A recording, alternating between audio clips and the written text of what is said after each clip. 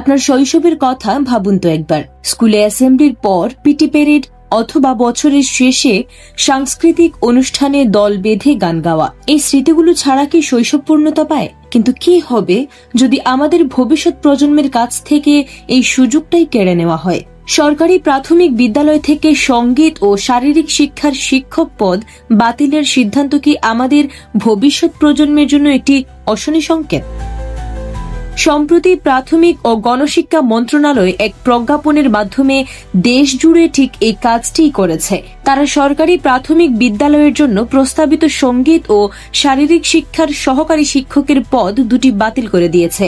এই সিদ্ধান্তের খবর ছড়িয়ে পড়ার সাথে সাথেই প্রতিবাদে ফেটে পড়েন ঢাকা বিশ্ববিদ্যালয় সহ দেশের বিভিন্ন শিক্ষা প্রতিষ্ঠানের শিক্ষক ও শিক্ষার্থীরা।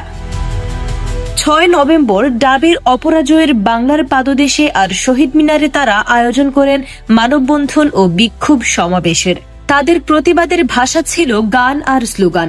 শিক্ষার্থীরা বলছেন, একটি শিশুকে শুধু বইয়ের শিক্ষায় শিক্ষিত করলে তার পরিপূর্ণ বিকাশ হয় না। তার মানসিক বিকাশের জন্য সংস্কৃতি চর্চা আর শারীরিক সুস্থতার জন্য খেলাধুলা অপরিহার্য। এই পদ্ধতি বাতিল করা মানে শিশুদের সুষম বিকাশকে বাধাগ্রস্ত করা এবং আমাদের হাজার বছরের বর্ণিল সংস্কৃতির মূলে আঘাত করা। শিক্ষক আজিজুর রহমান তুহিনের কথায়, সভ্যতা টিকে থাকে শিল্প, সাহিত্য আর সংস্কৃতির উপর ভর করে।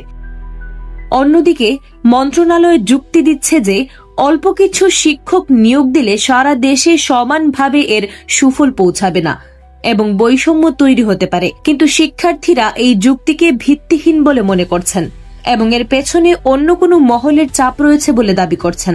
এখন প্রশ্ন হলো, একটি আধুনিক ও সুস্থ জাতি গঠনে শিশুর মানসিক ও শারীরিক বিকাশের গুরুত্ব কি সত্যি কম? এই সিদ্ধান্তের বিরুদ্ধে ওঠা আওয়াজ কি কর্তৃপক্ষের কানে পৌঁছাবে? আপনারাই বলুন, শুধু বইয়ের পাতায় কি একটি শিশুর পরিপূর্ণ বিকাশ সম্ভব?